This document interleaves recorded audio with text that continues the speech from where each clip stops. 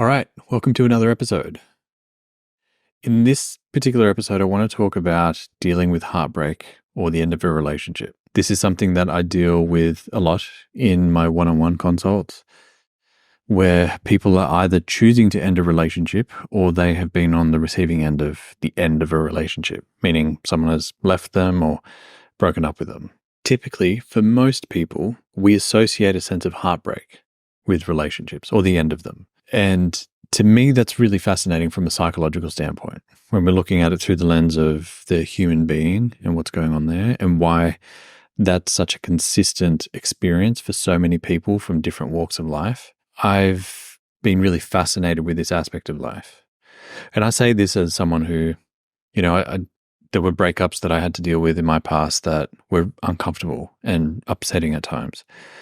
I definitely took them personally. And there were ones that I initiated that also felt uncomfortable to initiate. And I've found that whenever it comes to people trying to navigate the end of a relationship, they sort of fumble their way through it. And understandably, we're not taught how to end a relationship with someone we care about, or how to end a relationship, or how to be on the receiving end of the end of a relationship and not take it personally.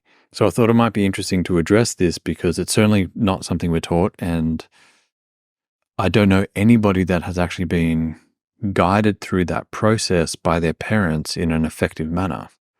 Usually there's a little bit of a condescending pat on the shoulder, like, it's okay, one day you'll see that this was the way it was supposed to work out. But then what do you do between now and that day? Because to me, that's no way to live. If you're kind of stuck reliving this experience of the end of a relationship, then it tends to influence the way we navigate future relationships, both emotionally intimate ones, like romantic relationships, but also professional relationships and friendships too.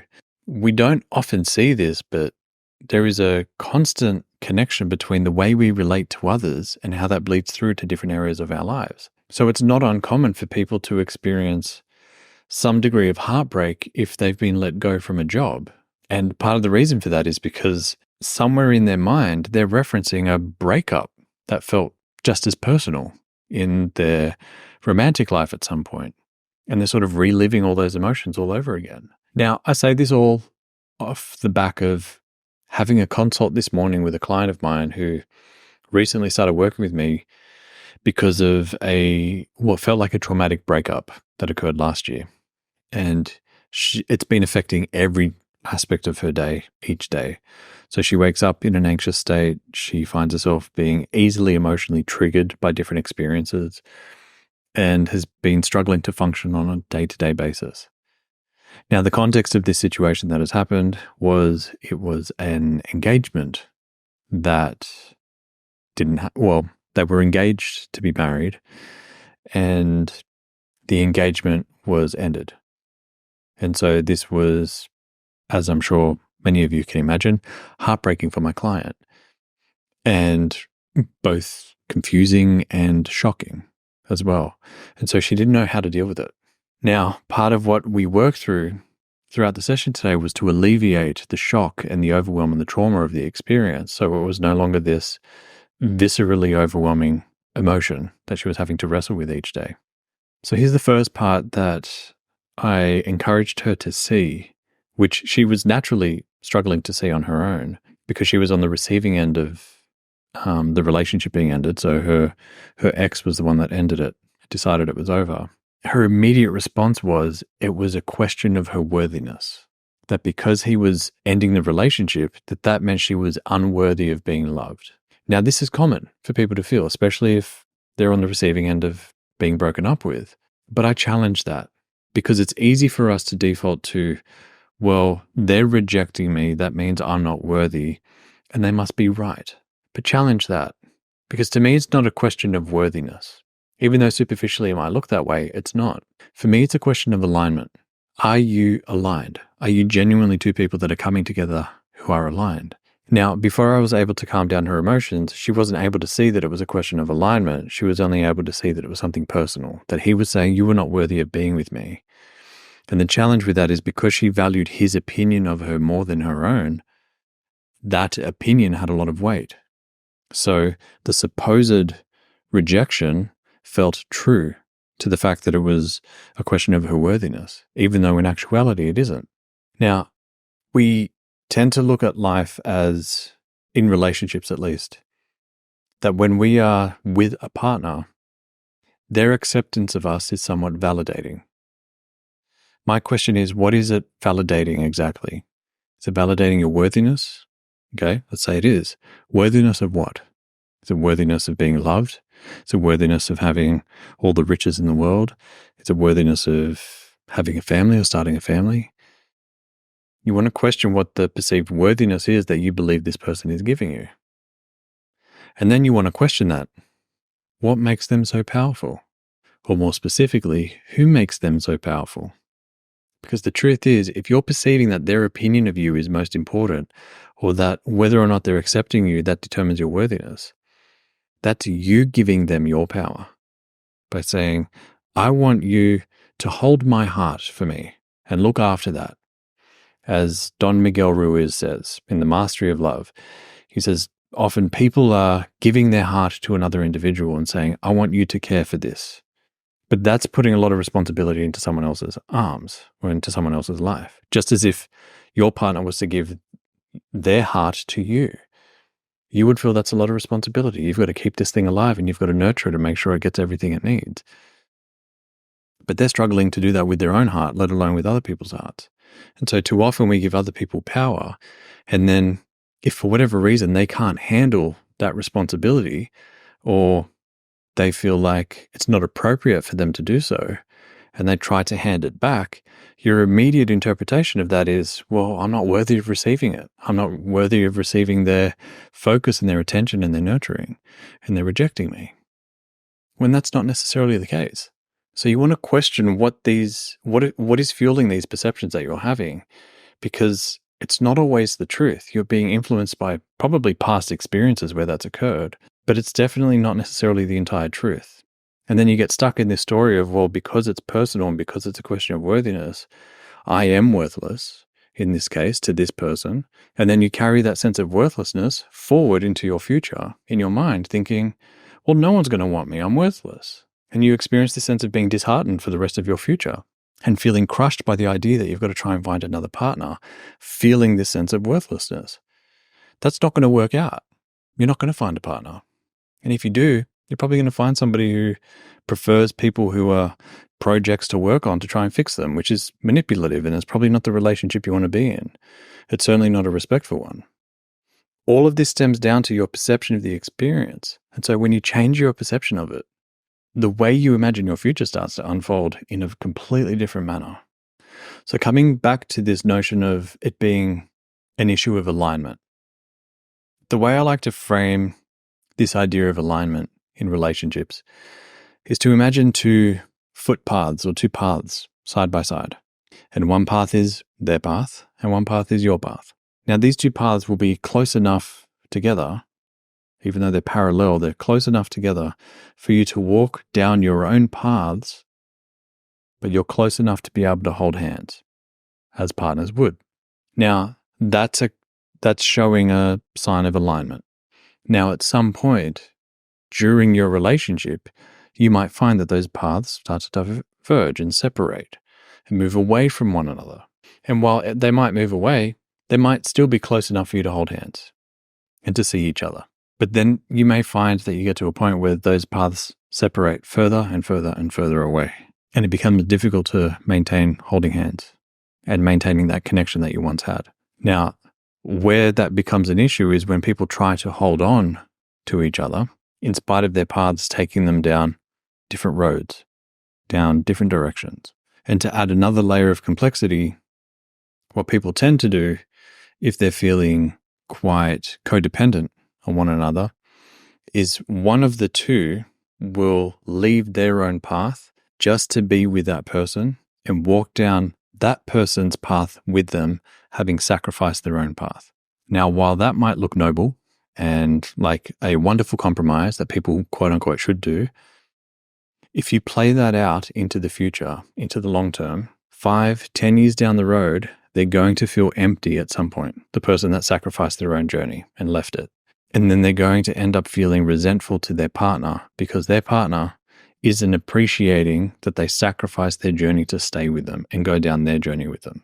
And that's usually what breeds deep conflict and resentment long term. My preference is that if you are aligned, you're able to honor that you have individual paths, that you have had individual paths before you even met each other. You were living different lives. Then you came to meet each other. But you can honor and respect your individual lives, but experience them together because you're walking in parallel with one another down life's journeys. And because those paths are so close, you get to have a lot of similar experiences, but you still have your own experiences. You still have your own individual lives. And so you're maintaining a sense of independence while still being connected to them. So instead of it being a dependence or independence, there's an interdependence. You're connecting, you're relating, but you're still maintaining a sense of self. Where people struggle is where someone sacrifices themselves or their path for the other individual. And then if that person decides they no longer want to be in a relationship, the person that left their own path usually feels completely jolted and shocked and overwhelmed and may even go through an identity crisis. It wasn't because that person broke your heart. That's not the problem. The issue was that you sacrificed your own journey for the sake of this individual, which doesn't make sense because you wouldn't want your partner to do that for you. So why would you do that for someone else? Now, if you're playing that out in reality, then it's very easy for you to take it personally. It's very easy for you to feel like someone's rejecting you when they're saying they don't want to be in this relationship anymore. But if you're on your own path and they say, hey, this doesn't seem to be working for me, and they're making a point that it's a question of alignment rather than it being something personal, then it's harder for you to take, or it's harder for your self-worth to take a hit because it's not about your worthiness. It's only about alignment. Now, there was something else that I showed this client of mine that is really important to help reduce the level of taking experiences like this personally, which is that part of her experience where she felt abandoned by her partner because he decided to leave while they were engaged, as I'm sure you can imagine. Now, there's more details to the story. I won't necessarily go into them, even though I know you're probably kind of, wanting the juicy stories. I'm not going to give it to you. I don't want to make it too obvious for this client to be identified. But what happened was it was during an engagement and he decided to leave, and that was heartbreaking for her and overwhelming while they were planning their wedding. And so in that experience, she focused in on the fact that he was leaving, which is what fueled this sense of abandonment, fueled this sense of rejection, and that she wasn't worthy. What she wasn't seeing, and what I helped her see, was that there were people in her life at the same time who were valuing her, seeing her as worthy, there for her, and being loyal to her just as much as he was leaving. And when she recognized that there was a whole collection of people, even though she didn't see it initially, I had to push her and encourage her to have a look because her emotions were convincing her that all that was happening was that he was abandoning her and rejecting her, and there was nothing else happening in that moment. When she realized that there were a collective group of people that mattered to her, that were important to her at that same time, that were demonstrating and expressing love and a willingness to be there for her, she realized that, well, if there are people here for me and he's leaving, and I saw him as abandoning me, but there are people there for me, then was I really being abandoned? The answer is no. If she's able to then see that she wasn't truly abandoned because there were people there for her, she just wasn't acknowledging their presence at the time because she was so swept up in the emotion of the experience, then that shifted her perception of this whole experience being an experience of abandonment, and that there was an equal amount of love there for her, which means that it can't be personal, because if it was personal, all these other people would not see her as worthy.